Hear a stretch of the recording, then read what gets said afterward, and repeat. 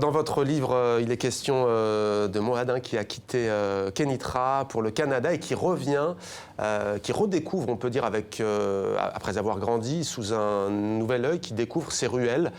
Comment est née l'idée de ce récit où on est vraiment plongé dans l'intimité de ce quartier populaire?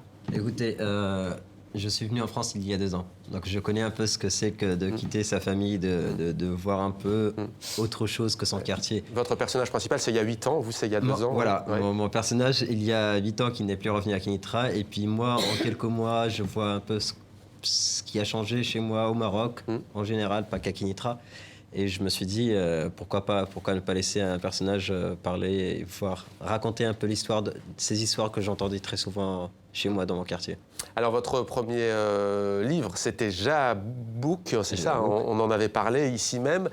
C'était là aussi très intime, hein, c'était un recueil de nouvelles où c'était sans concession. Là, vous racontez encore une fois la drogue, la pauvreté, la sexualité. Pourquoi est-ce que vous tenez, d'un point de vue littéraire, à raconter cette réalité du quotidien? Parce qu'elle est souvent absente des journaux, parce qu'il y a des tabous? Non, aujourd'hui, on en parle beaucoup plus de tout ce qui est sexualité, de tous les tabous. C'est juste que j'ai grandi dans un quartier où ces mélanges, ces personnages, ces vies se côtoient. Et on ne peut parler que des choses qu'on connaît. Moi, je trouve ces gens-là qui ont une vie un peu banale, mais qui, au fond, si on cherche un peu ce qu'ils vivent, ce qu'ils racontent, c'est quelque chose de très intéressant.